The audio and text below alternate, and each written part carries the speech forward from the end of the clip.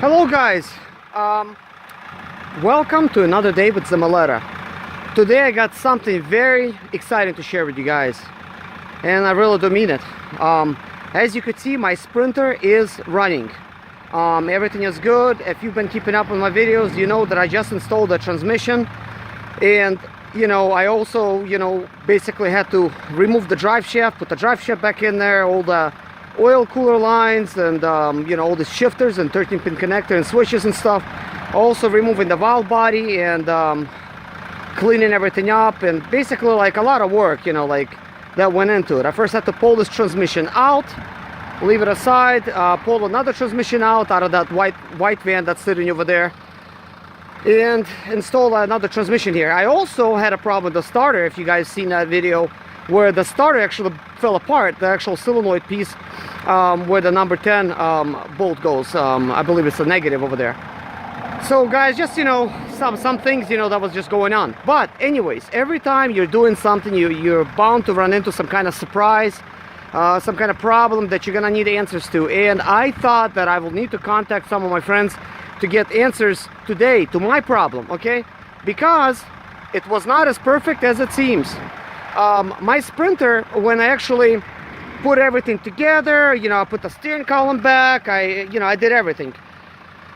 I went inside to, I also replaced the starter. I put like one of the nicer starters out of this one. It only has 290,000, so I knew this starter was good, so I thought, everything's supposed to start right up. Well, I put the oil in it, transmission fluid. By the way, I only put right now 8.5 quarts of oil. And you could put all the oil in there without actually starting up the engine. Just pour it slowly and everything's gonna go in there. It doesn't take long at all. Later on, I'm gonna actually measure the oil, and I'm gonna be using a dipstick, a special dipstick, because this Mercedes does not come with a dipstick. None of them do, with this 5-speed hydraulic transmission. So I do have a dipstick, and I would like to get it to normal operating temperatures, give it a test drive, because I haven't given it a test drive yet. And then I will check the fluid and possibly add another, half a quart.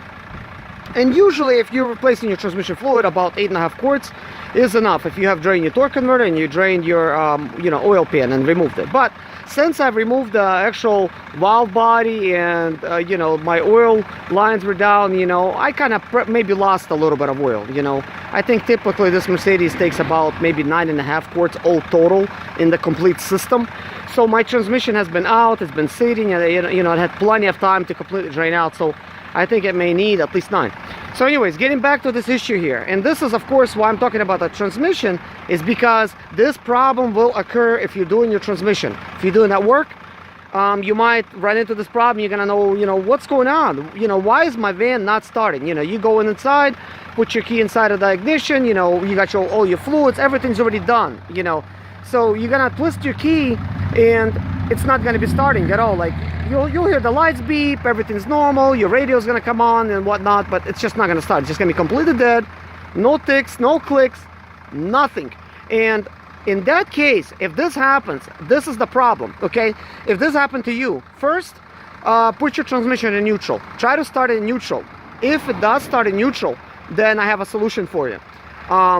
Put it back in park, and it doesn't have to be running, or it could be, it does not really matter. If it's running, I did this actually while my vehicle was running, because I didn't want to shut it back off again and keep starting it up.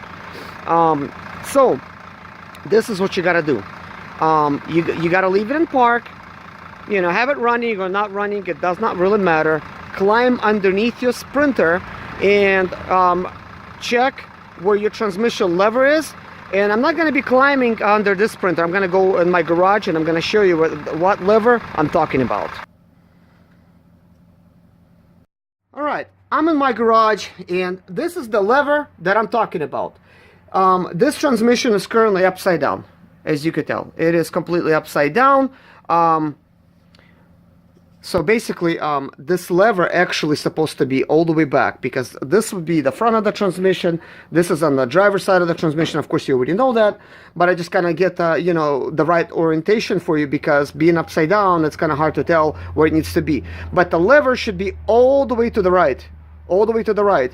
And the way you do that is, Of course, by this time you already have everything connected. You got that you know, like transmission shifter line that's going through here. All you need to do is disconnect the plastic piece, unlatch it, shift it all the way back. It will of course shift everything, you know, back for you, and then put the latch back on there. And I believe this problem actually happens if you actually put your transmission in neutral, just like you're supposed to, and I'm going to tell you why. When you put your transmission in neutral, it basically gives you, like, you know, better access, you know, to work on your transmission. Everything's going to be nicely rotating, like your, you know, for instance, your torque converter, because you do need to, you know, rotate it in order to unlock it. You know, most likely it's probably going to rotate like not in neutral. You know, who knows? You know, I haven't really tested these things out, but I think it's better to rotate the stuff in neutral, you know, because you'll need to actually come up to your silencer, and you're going to be using that number 27 key on it with some kind of ratchet. You need to rotate your engine. You know, I do know it will rotate, okay? You know, I never actually put a vehicle in neutral if I needed to ever rotate my engine. I mean, the engine will rotate over it, and of course it's going to be rotating the torque converter as it spins.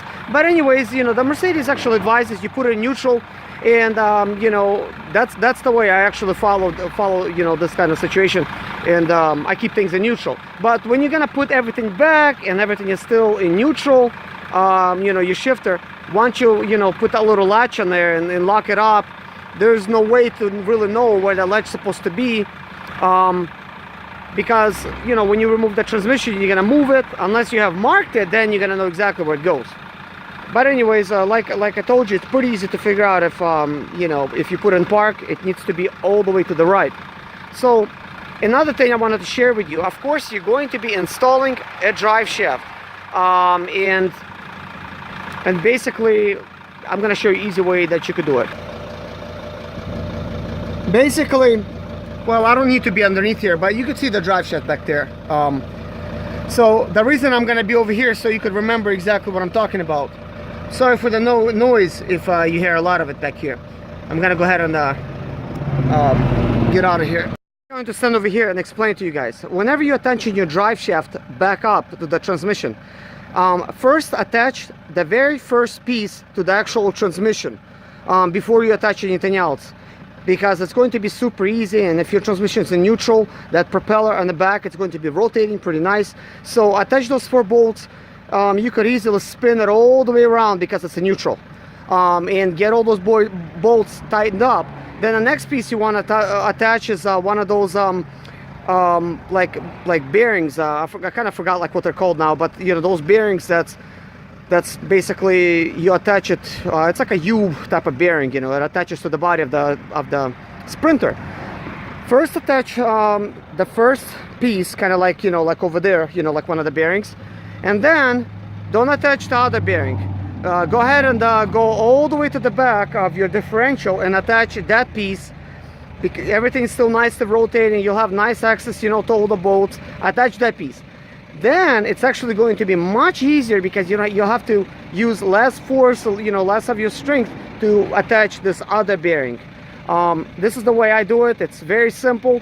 You could access all the bolts. I've done this job this time without actually using my power tools, like air tools. I actually decided, you know, to use you know, like a number 15 and a number 18, you know, to tighten up all the bolts and stuff. The number 15s are for the actual drive shaft bolts, and the ones that's actually holding those like those like bearings and stuff that's actually hanging underneath the vehicle for the drive shaft, they're using number 18 type of bolts. So that's the way you actually attach those things. You know, I hope this guys will help you. If you just install your transmission, you're thinking, why is it not starting? You know, this is exactly what you need to do. Thanks for watching my video. Take care, guys. God bless you. Subscribe and like my videos if you like my videos, and there will be a lot more coming. I have a lot more advice to give you guys, you know, troubleshooting tips and how to actually solve those issues. Thank you. Bye-bye.